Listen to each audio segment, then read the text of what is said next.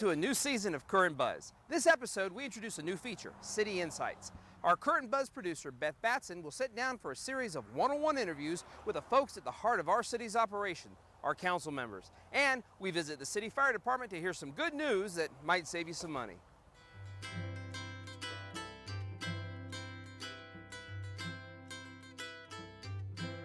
Hello, I'm Beth Batson. Welcome to a new feature of Current Buzz called City Insights. Over the next few weeks and months, we'll be sitting down with each of our 9 city council members to talk about what's happening in the electric city. Our first guest, Mayor Terence Roberts. Mayor, welcome. Thanks for having me, Beth.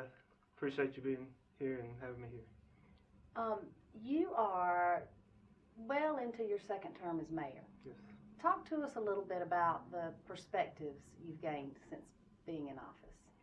Well, first of all, I would say that I was a newcomer to government, although I'd been involved in the community as a small business owner in the nonprofit arena, but just new to council, and it was a sharp learning curve, for me because, one of the things that I had to learn very quickly is that government doesn't move quite as fast as business, and so that was a very interesting take.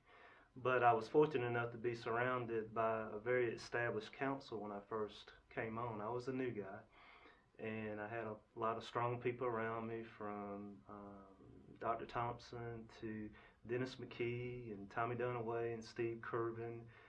Philip Cheney was on that council, and so it was it was good for me because I had leadership that had been there for a while. And so to me, that was very important. That's good. And over the years, council has worked from a priority list. And right now, you have 3 clear priorities: neighborhoods, downtown, and recreation. Let's talk about each one of those, starting with neighborhoods. Give us an update on where we are on the neighborhoods initiative. Well, we talked before, and I believe that there has to be a playbook almost for everything. And the council several years ago took a step back, and we came up with a detailed plan on how we wanted neighborhoods to look. And out of that, a couple good things have happened. We are right on the cusp of going forward with our Murray Franklin development. Probably within the next few weeks of this taping, we'll go out for a request for qualifications on what we hope will be a site will have a mixed use of townhomes and single-family homes. And we're very excited about it, number one, because it changes the face of that neighborhood, and number two, it just kind of extends downtown. And that site is only a 10-minute walk from downtown. And so we're very excited with what our Neighborhood and Housing Task Force, which was made up of council members and citizens, have come up with. And so we're very excited about Murray Franklin. We're very excited about some of the partnerships that we have right now with a couple of nonprofit organizations that are building affordable rental homes within the city. Homes for Hope, which has an outstanding track record in Greenville, has made a commitment to over the next 10 years to build 100 homes, and that's exciting.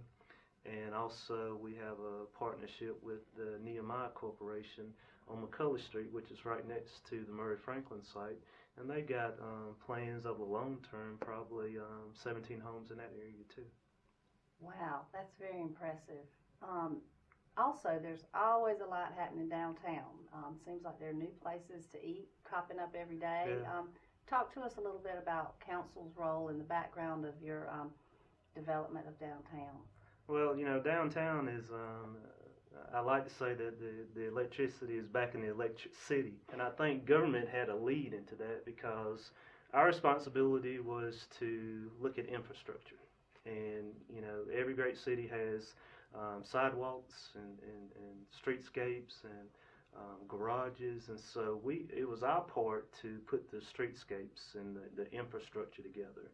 Now, the private sector has kind of tipped, and we see restaurants, we have residential units downtown, people are living downtown.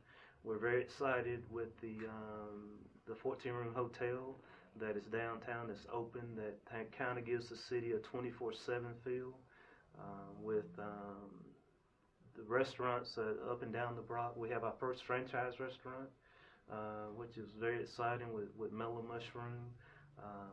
You know, the mainstays there: Sullivan's, J. Peters, Maddie's, Main Street Deli, just a number of restaurants, Summer Joe's, and so it's a very exciting time to be in our downtown area. It certainly is. And Mayor, you grew up in Anderson as an athlete, so I'm sure that the recreation department holds a special place for you. Talk to us a little bit about our recreation programming and our development of our master plan and where we are on that. You know, and you're right. I grew up in the rec program. I played basketball in the rec program in the old recreation center. And now, when I step back and I look at where we are recreation-wise, I think it's very important that people understand that the city of Anderson provides recreation not only to the city residents, but what I would call School District 5. And we're responsible for that recreation piece. And we have a lot of partners within that, from the YMCA to the county's rec program. But we kind of are the straw that stirs the drink in that one.